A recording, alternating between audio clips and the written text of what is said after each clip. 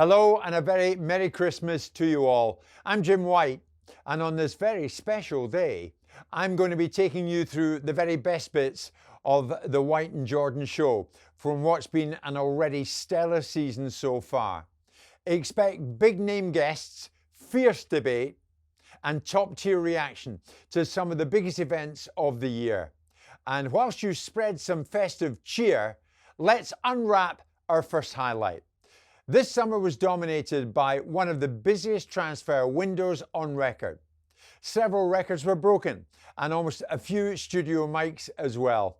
Here's Simon reacting to Alexander Isak completing his record £125 million move to Liverpool. Simon, when you look at it, Newcastle's transfer window, I was in touch with club director Jamie Rubin last night, Simon, who's over in New York. And he came back with, it's been a very long window, feeling delighted to have the team now in a really strong position, competition in every position, and in a healthy financial state. He says, I believe this is a transformational window, and we are really pleased with the players we have got in. Of course, in comes Wolfameda and in comes Wissa, but out goes Alexander Isak. This transformational window, Simon, can it be framed as a success for Newcastle United? Well, I don't know. I mean, Wissa is okay, isn't he? I mean, I don't think he's a wonderful player. He's 29 years of age. They paid £55 million for a 29-year-old. Or he's about to become 29 in a day's time. The boy that they bought, looks a good player. Is he a German player? German player, yeah. Looks a good player. And Alanga's a decent player and had a great season. He wasn't great at United for a period of time, but he was great at Forest and really came alive there. So it's interesting to see what Eddie Howe would think about it. And clearly these are players that he wanted. The big loss is Isak. Isak is, whatever we think of him as his behaviour has exhibited over the last 2 or 3 months, is a Rolls Royce of a player. So you're losing that and gaining what you would yet to be determined. We've seen what Wissa is. He's okay. He's okay. So they've done okay there. They've paid a lot of money for an okay player that will fulfil the role that maybe Callum Wilson has vacated to some extent. Yeah. But the main guy is the German guy they built, and we've yet to see him. Now, when we were asked about Isak 3 years ago from Real Sociedad, what would people have said then? They would have said... Oh, true. So we've got to give this guy some chat. I mean, Eddie Howe has done a brilliant job at Newcastle. He's been a brilliant coach for them. This has been a difficult period, but, life's full of challenges, isn't it? There's much greater difficulties outside of football that people have to contend with rather than a player wanting to leave. And we'll see what Newcastle do this season because they've got a fire on a number of fronts, haven't they? They have. When you look at Newcastle's statement regarding Isak's departure, short and sweet comes to mind. Newcastle United can announce the sale of striker Alexander Isak to Liverpool for a significant British record transfer fee. We know it was £125 million. The Sweden international joined the Magpies from Real Sociedad in 2022 and made 109 appearances in all competitions. Full stop. That was it. This was Isak on arrival at Liverpool. Well, Alex, it's done. You're a Liverpool player. Can you describe how you're feeling right now? I feel amazing. It's been a long journey, to get here. But I'm super happy to be a part of this team, this club, and everything it stands for. It's something I'm proud of, and I'm really looking forward to. Why was it Liverpool for you? Why were Liverpool the club you wanted to join? I think it's a mixture of what the club is building, but what they're building on top of what the club already is and the history of the club. So I think just me getting the chance to be a part of this, and I want to create history. I want to win trophies. That's ultimately the biggest motivation for me, and I feel like this is a perfect place for me to grow even further and to take my game and to next level and help the team as well. Finally, they have been waiting for this moment. What would you say to Liverpool fans watching this interview? Just that I'm so happy that I'm finally here. Can't wait to get back out there, and hopefully we can share some amazing moments together. So that was Isak. Sounded out of breath, didn't he? That was him on arrival at Liverpool and saying what we'd expect to hear from a player who's just joined the I big doubt club. he knows much about Liverpool's history, but what he does know about is their present, which is that they are the Premier League champions and arguably the best team in the country right now. Yeah. And the team that needed a centre forward. So I would suspect that if Man City had been in situ and were the Premier League's champion and wanted to buy him, didn't have Erling Haaland, he might have gone there. The fact is, Liverpool had the need. Liverpool had a centre forward requirement. Some might say they filled it with the other player that they bought, but Isak is a Rolls Royce. So we'll see how he does. Yeah. I mean, he's coming in with a lot of expectation, a huge price tag, and people will say, "Oh, it's not his fault, the price tag." Okay, well that gives him a get out of jail. Let's make sure he performs. Let's make sure he's held to the highest standard possible because he's executed and created and curated the situation. No excuses. This is a £125 million footballer, straight in the side, straight into scoring goals, or be judged by that. Judge this for me. Newcastle's behaviour in this window. The first bid for Wissa went in from £25 million to a deadline day capture of £55 million. Yeah. They had a £35 million bid turned down by Brighton for João Pedro. Went back in with £50 million, but the forward went to Chelsea. There was a £70 million bid for Ekitike. He went to Liverpool. Yeah. There was a £70 million offer for Benjamin Sesko. He chose Manchester United. There were two bids for Jorgen Strand Larsen, another player who told his club Wolves that he wanted to leave, but it never materialised. Newcastle end the window with Wissa, Jacob Ramsey, Malik Thiaw, Voltemada, Anthony Elanga and Aaron Ramsdale. Well, I mean, they wanted Visa from the get-go, didn't they? They just didn't want to pay anything more than they felt they had to. I mean, again, all these so-called deal makers out there that know how to do deals that have never done in their lives would suggest that you just go in there and pay the price. Okay, they got the player in the end, right? The player gets to look bad. I mean, if they'd have gone into Brentford and bid 55 million quid on day one, what do you think Brentford would have done? They would have said, we want 65 million quid. Sure. Right? Sure. So the point is that you can't do right for doing wrong. They achieve the outcomes that they achieved. You cannot compete.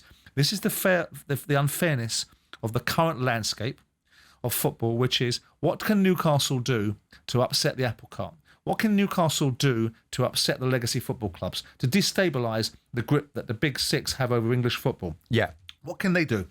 Well, they can't buy their way into that position, as the other clubs have done. They can't rely on the history that's catapulted the teams like Liverpool through the 70s and 80s and 90s, through a barren period of not winning the Premier League for 30 years, to being back now amongst the clubs that are dominating European and English football. What can Newcastle do?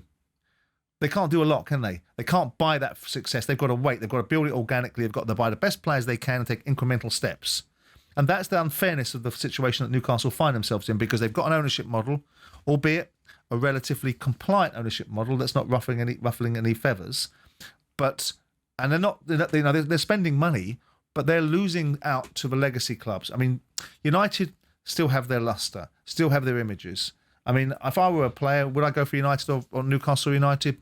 I don't know. I'd speak to both coaches. And if I spoke to both coaches, I think I know which coach I'd go and play for.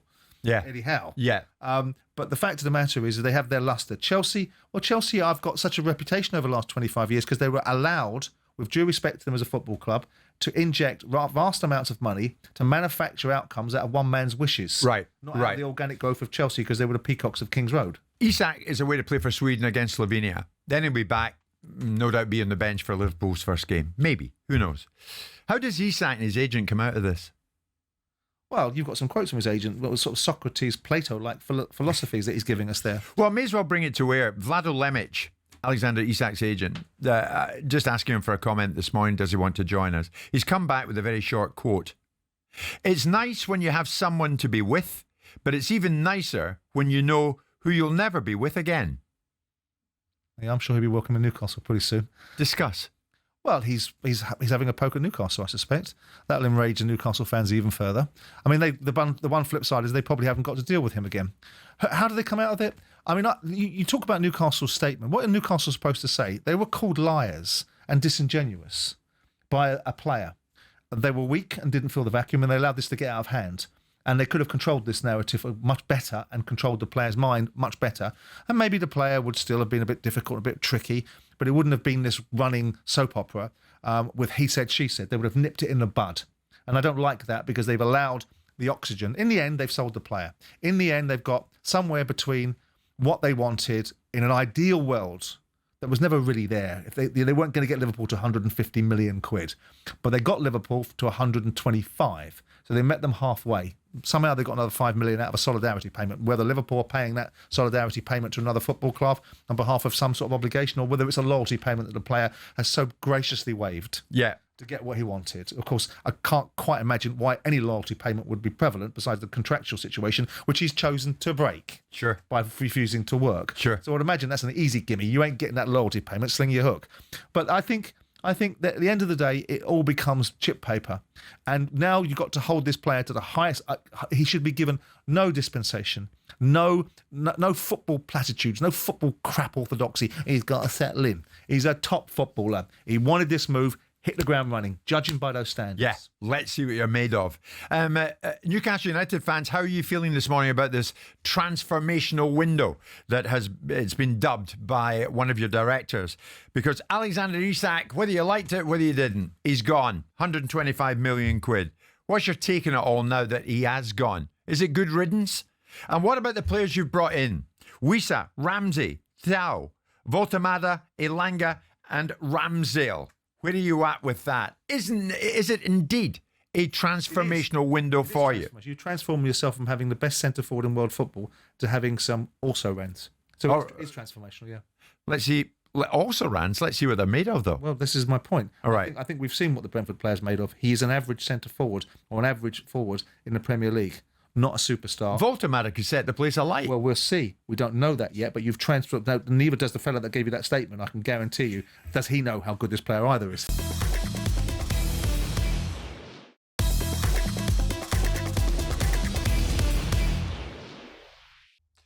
Towards the end of August, we saw a huge story come out of the Carabao Cup as Manchester United were dumped out by League Two Grimsby Town. In what was one of the biggest moments of the season so far, hear what myself and Simon had to say the morning after. Not before Jordan takes us through a feisty message encounter with Sir Rod Stewart, no less. I witnessed last night at first hand, because I was right in the middle of it, a text spat between yourself and Sir Rod Stewart. Sir Rod Stewart CBE.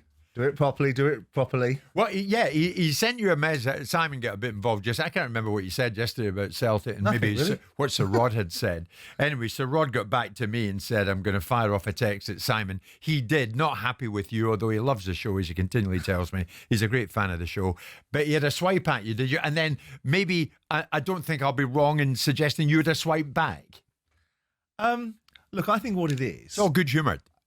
Yes. As I said to him, he's my mother's favourite pop star. I think what's happened, Rod's obviously got knee deep in recreating all these departed rock stars in AI in front of his screen. And maybe his fevered brow could turn its mind towards recreating Celtic teams of the past to soothe his current malaise. Oh, dear me. Talking about malaise, Simon, beautifully done. You've segued me perfectly towards this. Grimsby, Manchester United in the Carabao Cup. I watched it last night. I did too. Yep. Producer Luke and I were texting each other saying, are you seeing what I'm seeing? Can you believe it? Anyway, Grimsby on penalties, and what a marathon penalty shootout that was. Absolutely. They go through, and Ruben Amorim's Manchester United are dumped out. First things first, and let's get this in the right order. Well done to Grimsby. This was their boss, Grimsby manager Dave Artell. I said to him before the game, part of our game plan, be brave. Be brave. Don't regret not being brave. And if you make a mistake trying to play football, it's on me, not you. And that's how we want to play. That's how we express ourselves. Like I said, we should have scored more goals than the two we did, and that's the disappointing thing from my point of view. It didn't surprise me we played like that. I appreciate against world-class players, you never know. We sat in the game in the office before going, well, you never know, but it's going to be a tough night. It was a tough night. They've got world-class players, and it's a fantastic night for the football club, and I'm still extremely proud of what the players have produced. Dave, from us all here this morning, well done. Well done to you. Well done to the players. and everybody at Grimsby Town. Yeah. 2-2, and then it goes straight to penalties, 12-11. Yeah. I mean, talk about entertainment, Simon. Yeah, I mean, I watched it. I mean, I don't think the goalkeeping was of the greatest of standard, but the penalties were fair play to them. I was watching Grimsby thinking eventually they're going to miss, they're going to crack. Me too. I mean, it was a pitiful penalty for Mateus Cunha, wasn't it, to be able to seal it. I mean, a player that's got such tickets on himself has a moment to shine and then steps up in against the League Two side and passes it to the goalkeeper. But I'm glad that happened because I thought that getting out of jail from Man United in that cup tie would have been an injustice on Grimsby and would have papered over the absolute indignation that they deserved to have thrust in their face. Yeah. For what ostensibly in the first half was a pitiful performance. I feel sorry for United fans. I very rarely feel sorry for them because they are quite an entitled lot at times. But I felt sorry for those fans that schlepped across the country to watch a group of players that couldn't be bothered in the first half, didn't think it was for them, didn't fancy it, beneath them. And then I listened to a host of pundits talking about formations. Oh, pack it in. It's not about formations when you're playing against a League Two football club, for Christ's sakes. Yeah. It's about a desire and ability. I know a lot of people. Neither of them were exhibited in the first half. A lot of people in the media call themselves Manchester United fans. How they can do that, how you can be both, I do not know. It's impossible. You work in the media, you've got to be right down the middle. You've got to be objective. Call it as it is, which is exactly what you do every single morning you're on with me. So, Simon, 56 places and 3 divisions between the two. Was this a night where levels never came to the fore? Well, I mean, first of all, it's the great tradition of English Cups, which must never be lost. True.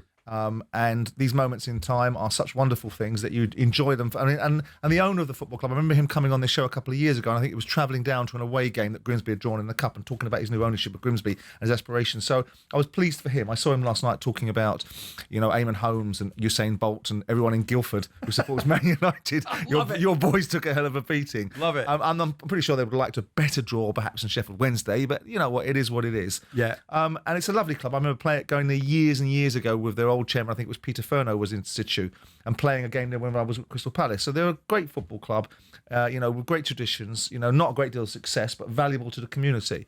So levels are always, at the fore when certain thought processes don't exhibit. And one of them was that Manchester United players didn't fancy the game. Yeah. Didn't want to be there. I don't really know what Amorim is talking about.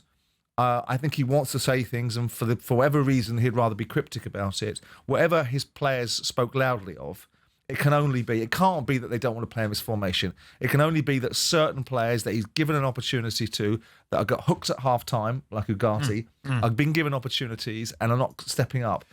Well, to me, there's only one question in town. Should he carry on? But we'll get to that. But Simon, after last season's lowly United showing of 15th, and I still can't get my head around that. Yeah. Are we honestly heading for worse this time around? I mean, are there more depths to plummet? But we've all given lots of passes to managers and talked about the weight of the shirt and talked about the culture of the football club and talked about the expectations of Manchester United and the challenges and clearly the inherent situation that's inside the football club. But I don't know what, tragically, I found out that Ruben Amorim graduated from the same coaching class as Gabi Abonglaho this morning, so that might explain a few things. But if you've been somewhere for 10 months, it is unfathomable to suggest that the United fans are along with Amorim now, because we're talking about 10 months now. He joined in November of last year, or maybe the very early part of December. His first game was against Ipswich, wasn't it? And we're now talking about a football club that he's been in charge of for 10 months. And there seems to be nothing changed. In fact, there seems to be a deterioration, if that's a possibility. Now, he will say the last 2 games in the Premier League, he says curious things. He talks about the fact that when they played Arsenal, they put a performance in that could beat anyone in the Premier League, yet you seem to have evaded that you lost. Yeah. So you couldn't beat anyone in the Premier League because you just lost to Arsenal. Right. And he talks about not being in Europe. He's a strange brew. I don't know what they saw in him in the first place besides the fantastic record that he had in Portugal. Clearly he's got something about him, but clearly he's been given an enormous amount of latitude, because this is a car crash in front of your eyes of deterioration and managing people's expectations. I guess the only thing you can think that he's doing is taking people's expectations to such a low level they can now over-deliver. Right. Well, you talk about Amorim, Simon, and you're not wrong, saying curious things. So post-match, was there a tone of resignation to Ruben Amorim? He was asked what was the most disappointing aspect of the performance. Everything. The way we start the game, we were not even here. When everything is so important in our club, everything that happened, it's a problem in our club. We should do so much better. So I just have to say sorry to our fans, and I felt my players spoke really loud today what they want. Can you just elaborate on that? What you mean? Your players spoke very loud on what they want. Easy for you. Let's focus on the next game, and then we have the stop for the international games. We will think things through. You cannot change so much. You cannot change everything in one summer, but you need to win games. You need to don't show this kind of performance. I think that this is a little bit the limit. I think something has to change, but let's focus on in this moment. We need to focus on the weekend, and then we have time to think. What do you take out of that? Well, not a lot. Do you take out of that we're almost at the time now? We're almost at the time now. I don't have any more answers. We're almost there. Well, I mean, he doesn't bristle in interviews, and that might just be an Iberian style in terms of the way that he operates, and he isn't one of those, albeit that Mourinho's a Portuguese, and he bristled at every opportunity, didn't he? So it's not generic to that particular part of the world that they have a bit more about them in terms of, rather than if that was Ferguson or someone of his ilk, there'd be bristling, there'd be rage, you'd see it, and it's not there. It's a calm, balanced view of what he's not comfortable with. But I don't know how long you can allow it to go on. It's a defeated view, though, Simon, isn't it? But does that not sound to you like a manager laying the foundations for his own exit? I don't know. I mean, we heard rumours earlier on in the year, didn't we? And obviously the thing in football, and we've said it 100 times, the two biggest commodities are gossip and money. And one of the rumours was that he'd handed his resignation in and was told to get out the door and get on with the job that he'd taken on. That's all. If that's true, is there any substance in that? And I don't know if there is. If there's any substance in that, that's the worst thing you can do with somebody is talk them round. Because if you talk somebody round, then you're a hostage to fortune because you've convinced them to do something they shouldn't need convincing to do. They should want to do it. And then you're in that situation. So if they've done that, they're going to have a challenge. And then you look at the appointments over the last 2 or 3 years, and it was a constant common denominator of failure, or failure to achieve standards that have been achieved previously. And that's the challenge that United have got. They are victims of their own success. They're not allowed to have this impasse where their team is going to be recreated. Ten Hag, by all of us, was criticised, castigated, and all of these managers seem to talk in psychobabble that no one can quite understand. You've got Ole Gunnar Solskjaer saying that Man United don't need to win anything.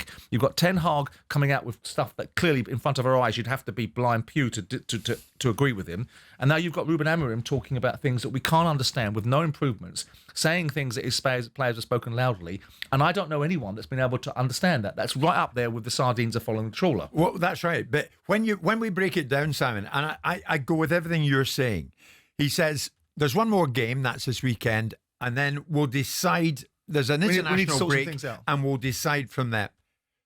I think he's out of there. Or at least he's got 1 foot out of there. I mean, possibly. I mean, you never underestimate the gumption of people. I think that to have gotten the job of Man United manager, you have to be dragged out there with your fingernails being scraped across the Old Trafford pitch to want to be leaving that environment, unless you haven't got the chops for it in the first place. So if we're talking about the idea that he's resigned to defeat, then good job, get rid of him quick, because he hasn't got the stomach for it, because it requires real gumption, real stomach, real backbone, real balls and real character to get through this challenge of Man United. And too many of us are making excuses for the culture of Man United. But the problem for Man United is that the scrutiny is so ever present that they're not able to have a bad game, a bad moment, a bad set of situations, because it's always there all the time. And so you can't rebuild. You can't, like when you highlight a new stage show, you take it off Broadway and you let it learn, and then you bring it back to the big theatres. You can't do that with Manchester United. You're straight in the glare of things. But if you've been in a job in any walk of life for 10 months and it appears to be getting worse, and by your own admission, nothing has changed, well, who's the architect of change? How far do you want to take? Now, he's right to say, well, my formations were the same against Arsenal. My formations were the same against Fulham. So why is my formation becoming a question from a journo that was asking him a question? Because they would ask it. Yeah. And I was listening to Phil Jones, and I was listening to one of my old players, Joby McAnuff, and they desperately tried to avoid the formation conversation. And Phil Jones talked about the idea that if you don't approach the game and do the basics, then you'll have no right to be in the game. Yeah.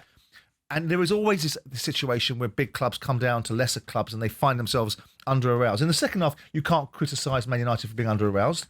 They battered Grimsby. They could have been 3 or 4-0 down, absolutely.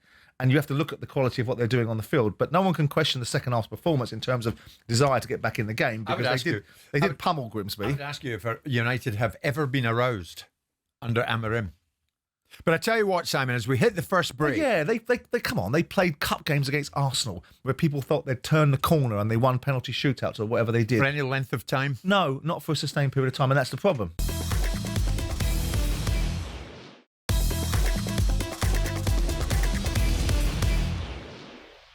Welcome back to this very special Christmas edition of White and Jordan, where we'll be looking back at some of the best moments of the season so far.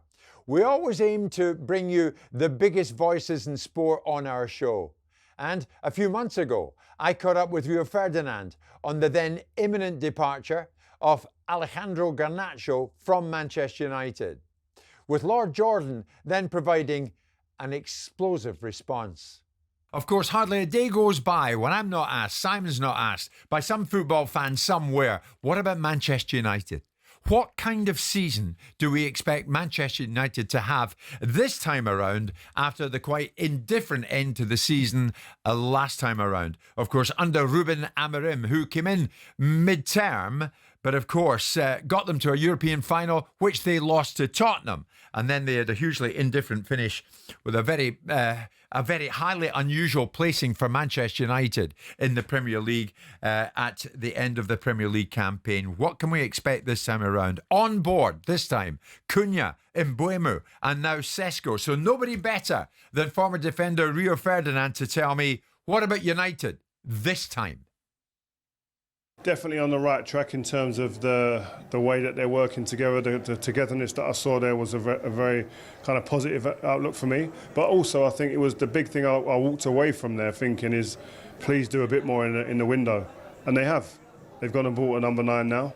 And you're looking at it like, well, okay, they've got a front three that scored more goals collectively than the whole of the Man United team last year. So that's a definite upgrade in that sense. But still greedy and want 1 or 2 more. I mean, I can't imagine what your worst finish was as a United player under Sir Alex. But I mean, 15th last season. I mean, United fans must be still scratching their head. You must be still scratching your head about that. Yeah, only because of the success of the club over the given years. Not just my generation, before me as well. I think it's the club's steeped in a history of winning. And to see the club kind of where they finished last season, the temperature around the club for different reasons since Sir Alex and his regime has left, there's been a downward spiral, but the negativity is obvious, and it's expected if you finish that low, given what the past has been like. But I think this game's about cycles. You got to have your moments where you've got to lick your wounds a bit, but then you've got to show the fight to come back, and the spirit of this football club suggests that we will come back. It's just we want it sooner rather than later. There's still time, Rio, obviously, for them to do business before the window shuts. That said, do you think we're really about to see what this guy Amorim is really about? Well, yeah, I've always said that he needs to get some of his players in to be able to implement his tactics. He has a particular way of playing that needs a certain DNA of a certain player. Until he gets a few of those in the door, it's difficult to judge him. I think now he's had time through pre-season to train a team, to get to know the players better. He's recruited now, I think 4 players he's got through the door now. I still think he needs another window. But I would like to think now we're going to see more traits of a Ruben Amorim team this season. Are you worried at the guys at the back? I'm worried about the first 6 games of the season, if I'm honest. Really? I think it's a hard start. I think Liverpool, I think we might have City in there, Arsenal first day of the season, amongst some other hard games. So it's a very difficult start. And all that good work that's being done on the training field right now, a couple of bad results can undo that. And we know what it's like at Man United, the pressure that comes with that, the attention, the focus, the negativity then spreads through, it becomes a difficult place to be. So I hope they get some decent results early on to really kind of weather it, like steady the ship and let us move on and build some confidence. But when you were there, Sir Alex had people like you and Vidic and umpteen people that could lift spirits. Yeah. Have they got that? I think they have, but I think they need results. I think the likes of myself, Nemanja Vidic, the Roy Keanes of this world, the Giggsies, they'd struggle here in this climate, the way it's going. It's hard there to be under that pressure where you can't see a result coming around the corner or you can't see any consistency. So I think all of us would struggle in this environment, but I think they've got to build something together now that's going to be unique in Manchester United's history. Are you happy to see Garnacho go if he goes? Would you be happy to see Scott McTominay come back? I don't think that's going to happen, but I think Garnacho, I've said for a long time, as a football player, I wouldn't want to see him go. But football's not just about what you do out on the pitch. I think everything's got to marry up, and if the manager deems that he's not the right type that he wants in the football club, then we've just got to hold our hands up and say, right, you've got to do what you've got to do. But I'd love to see Garnacho at the club for years because I think he's an asset. Are you worried about Liverpool if they get Isak? It'd be a nightmare because that makes them a real challenge them on every front. Depth in their squad, Ekitike, they've got him as well. They become a massive problem. They're going to be a problem anyway in the Champions League, but I think with Isak, big problem. Final question, who wins it? The Premier League. I think the recruitment they've done, given they've won the league as well, and what they've got already, their experience, I think Liverpool have to be the team to beat, unfortunately. And a glance to the camera at the end, if you're watching on YouTube there, it's Liverpool and only Liverpool, says Rio. If they get Isak, even more so. Well, they're the current champions and they've strengthened. So given they have strengthened, one would expect it to be that they are, in most people's minds, the favourites. But, you know, Arsenal have strengthened. Arsenal have brought in players.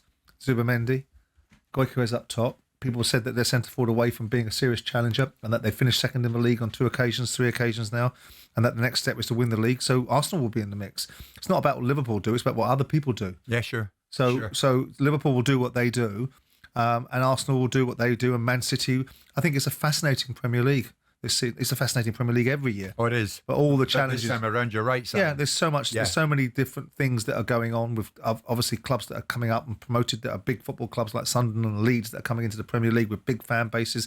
Then, you know, in Sunderland's a case they've been out for some time. Leeds have bounced back after a couple of years away. And you look at it now and you think this Premier League shapes up to be great. And look at the players that are being brought in. So Liverpool I think will be the team to beat to win the league. If you finish above Liverpool, you win the league. As you were getting the impression that was an event in central London, and time is against you. You're against the clock to do an interview like that. So we got through as much material as we possibly could, Rio and myself.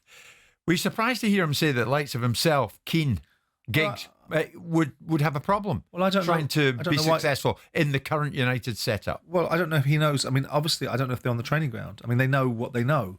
And obviously they know the football club very well and they've played for it in a different version of itself. I don't know how close they would be to the training ground environments.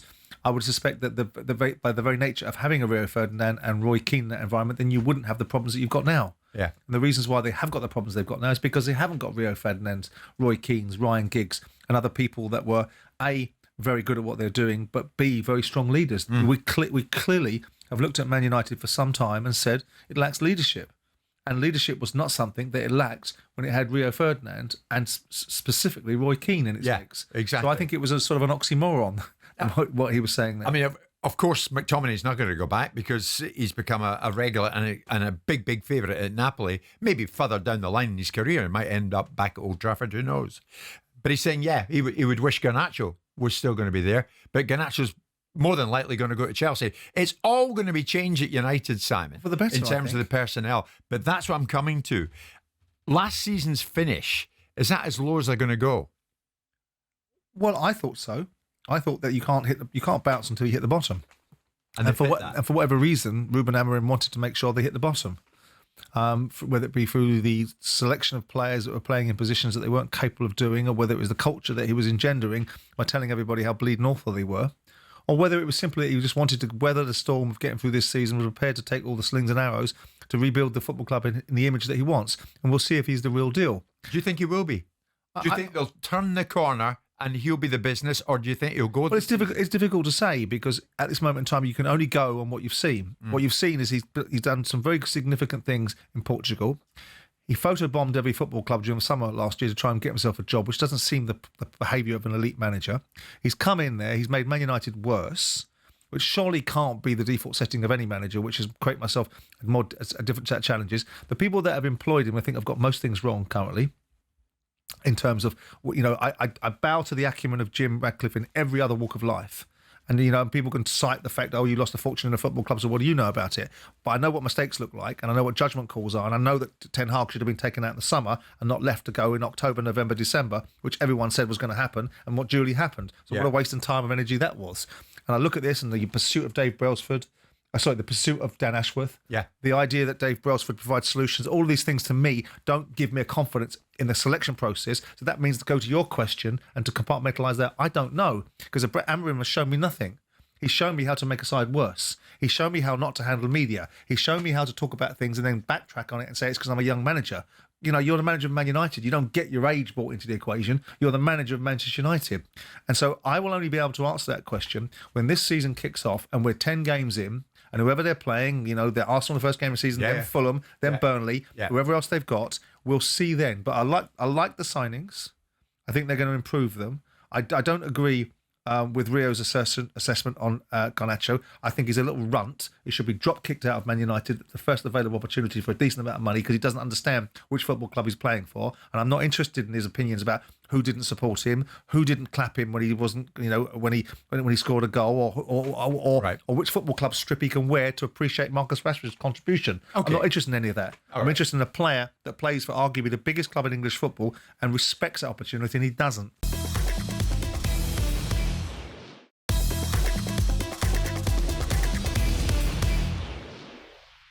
It's the White and Jordan Christmas special on talkSPORT with me, Jim White.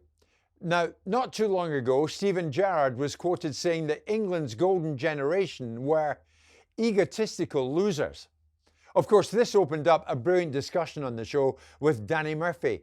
Of course, a player who spent time in the England squad around that time.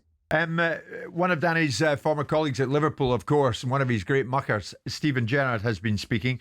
And he's been speaking to Rio Ferdinand on the Rio Meets podcast. He's been talking about his England memories. Now, Gerrard had described former England teammates as egotistical losers with bitter Premier League rivalries that made him loathe call-ups during his international career. He reflected on his time with England amongst the so-called golden generation. I think we were all egotistical losers. Yeah. Because I watch the telly now and I see Carragher sitting next to Paul Scholes on this fan debate and they look like they've been best mates for 20 years. And I see Carragher's relationship with Gary Neville, they look like they've been mates for 20 years. I'm probably more close and friendly with you now than I ever was when I played with you for 15 years. So why didn't we connect when we were 20, 21, 22, 23? Was it ego? Was it rivalry? Was it... Why are we all mature enough now and at stages in our life where we're closer and more connected now? Why couldn't we connect as England teammates back then? And I think it was down to the culture within England that we were all never connected, all in our rooms too much. We wasn't friendly or connected. We wasn't a team. No. We never at any stage become a real good, strong team. Wow, it was never a team. We never connected. There was certainly, undoubtedly, Danny, it was a dressing room full of quality. But had it been a dressing room full of harmony, might they have ended up winning something? Yeah, maybe. I think Stevie's more educated than me on talking about his time with England because he was with the squad so many years. I was only part of that squad for a couple of years. And the days were tedious and long. There wasn't much help or inspiration from the management in regarding getting you together and doing more, but maybe... he talks about immaturity. Sometimes I suppose you are as players. You don't... I never really saw that big friction with the United boys. I've gotten all right with them. But I know what he means. There wasn't really a togetherness like you'd be away with the club team. So he makes a fair point, really. I mean, it's such a missed opportunity looking back at that. Yeah. Because had it been, this lot might have won you something. I'm still a believer that tactically we were wrong, that we stuck with the 4-4-2, maybe because Beck's played on the right and Owen needed a partner, all those different things we thought were necessary. But I suppose you could argue what Gareth did with the England squad, which was a lesser squad in terms of ability and getting further in competitions, was a lot to do with their togetherness.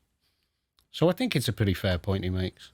I mean, it should have been encouraged, Simon, or should it have been encouraged? Should they not have just got closer and been decent to each other anyway? I don't know what the purpose of these mea culpas are.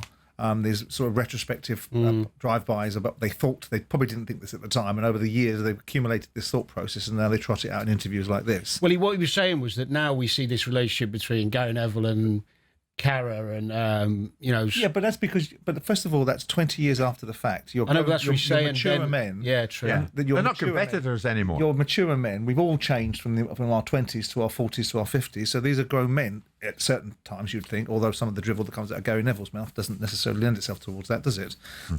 But going 10 to past 10, going in there early. going early with that, going to the point that he makes, the culture.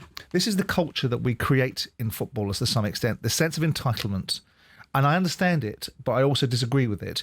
The sense of entitlement puts you into a rarefied air where you're institutionalized, and everything is provided for you. Everything that you need to have is given to you, rather than you having to deal with it yourself. So to suggest that it's very difficult to go away to play for your country for a very short period of time and to be stuck in hotel rooms because you didn't have a mobile phone, which of course you would have done at that time because mobile phones were well in existence. We did, but you could only text on them. Sure, but the fact of the matter is that because we've built in to footballers' culture that there is, that they are a very rarefied breed. They can never be told that they're wrong. And ultimately, criticism is not something that's available to them, certainly not inside the industry. They accept it from outside the industry, but not inside it. It produces this sort of mentality which is not able. We do not hear these mea culpas from other countries, other teams that have other international players that have played for their countries at times when it hasn't been quite the success that maybe they thought they were entitled to. And here's another little nugget.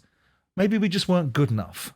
Maybe the teams that beat us were better than us. When we went to 2002 World Cup where we had a chance, we got beat by the Brazilians. They were a better side. Yeah. 2006, whoever beat us. 2010, categorically we weren't good enough. So you look at these questions and we write our own little observations about this golden generation. With all due respect to Steven Gerrard, who was a wonderful footballer and I have the greatest admiration for, and the rest of that group, maybe just against the opposition that we played against, despite our own nationalistic belief that we were very good, maybe we just weren't as good as the opposition, and that is about the long, short and tall of it.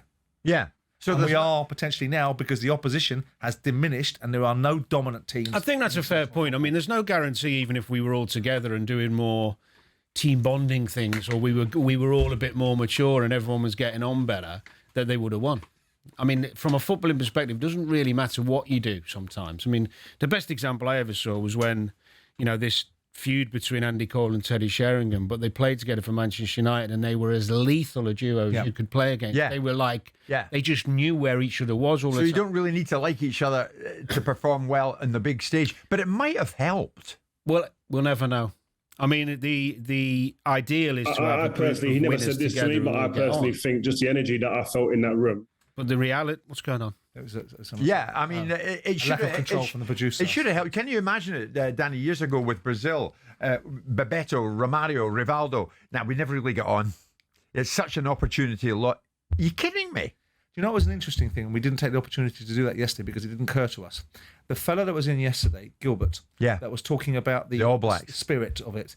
I wonder if the entire group liked one another. I wonder if they were all friends, if they got on. Yeah. And I wonder how important it is in the psyche of a team. You tell us that. Is it important in the psyche of a team that you like the people that you play with on a regular basis? I don't think so. As long as the majority get on. The irony is there's so much criticism now for seeing players shaking hands in a tunnel or chatting to each other after a game from old pros, saying they're all too friendly. We wouldn't be shaking hands in our day. Wouldn't be chatting to them after we just lost 1-0 for 10 minutes on the pitch. Yeah, it's What did you want exactly? You've got this. I actually think the animosity towards each other back then was a healthy thing. Yeah, because it was respect as well. We respected the United boys because they were so good, and we were trying to be like them. Right. And I think it has gone too far the other way now. You've got players who are rivals at club level who are best mates in England and doing things together, and it's like, hold on. Yeah. And then you see them like shaking, tapping each other on the back to get them up when they have a mistimed tackle in a club match. Well, if they were, we've lost a little bit. If Gerrard is right, if they were egotistical losers, what is the England of today?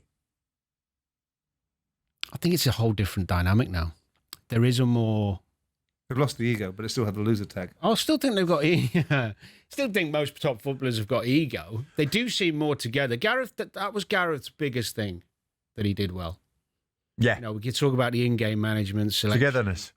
bringing the lads together, giving them an environment where they quite enjoyed going there. Yeah, yeah. A lot of the England squads I was in over a couple of years, there was always pull-outs and people looking to get out of it because, especially if it was a rubbish game, because it was so tedious and boring.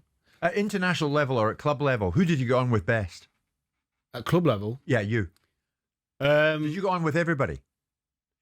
Or did you regularly play in a team with a guy you didn't like? Got on generally. I had one little fallout with Jufy for a couple of months. Has Juf. Yeah, but that was over nothing. Really. Everybody fell out with him, didn't they? A little bit. Yeah. I was with me. I grew Did up. Nicky Barmby bash you up? No, Nicky's a great lad. Where'd you get that from? We nearly had it to do on a pre-season tour once, but that was a misunderstanding. Nick's a great lad. Right. I roomed with Stevie for about 5 years, and Cara and Michael were similar. We were a little group. Yeah. But yeah, it's rare that you get two players who are that against each other that it becomes public knowledge. Okay. You'll have little spells like a week or two where I've seen a few scraps, but even they get back to, you know. We're going to take a quick break. Before we do you think Gerrard will go back to Rangers? I think there's a chance, yeah. Do you think he should? No. Okay, we'll get into that more of that in a second.